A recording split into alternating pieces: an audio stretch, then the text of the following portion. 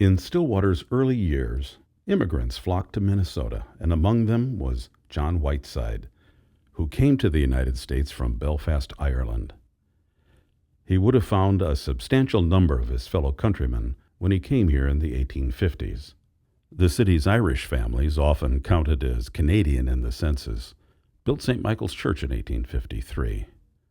By 1870, nearly 1 in 5 residents had roots in Ireland, and people called this a Miramichi town, after a well-known logging city in New Brunswick that was strongly Irish. Many of the Irish immigrants were drawn here by the demand for laborers to work in the logging camps or to row rafts down the Mississippi. Others became craftsmen, small tradesmen, and farmers. A few of the women worked for Yankee families as nursemaids or domestics. John Whiteside earned his living as a plasterer, specializing in decorative ceilings and frescoes, and construction was booming when he first arrived. In 1857, the St. Croix Union announced, "Stillwater is all astir. Improvements are going forward all over the city, and the sound of the hammer is heard from early in the morning till late in the evening. Carpenters are busy as bees as houses go up with wonderful rapidity."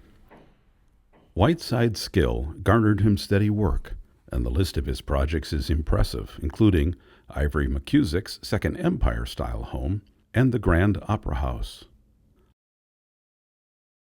A local newspaper called him a well-known and most excellent workman.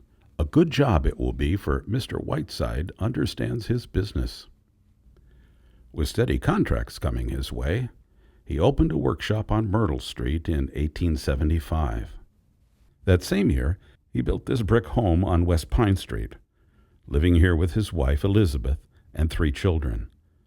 This was quickly becoming a fashionable neighborhood, as one newspaper advertisement said, "Lakeview, most desirable place for the money in the city."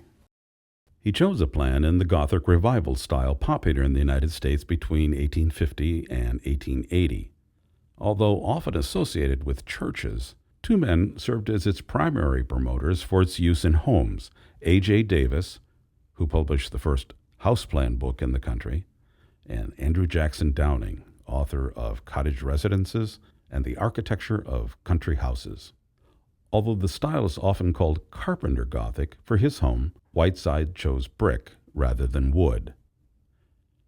You can see the influence of the style with the steeply pitched multiple gables, the tall, narrow windows, and the scalloped verge board. In May 1875, the Stillwater Lumberman newspaper reported, "Mr. Whiteside is getting along finely with his new house on Pine Street." The Whitesides got along finely here for many more years. Elizabeth died in 1914, followed to the grave a year later by her husband.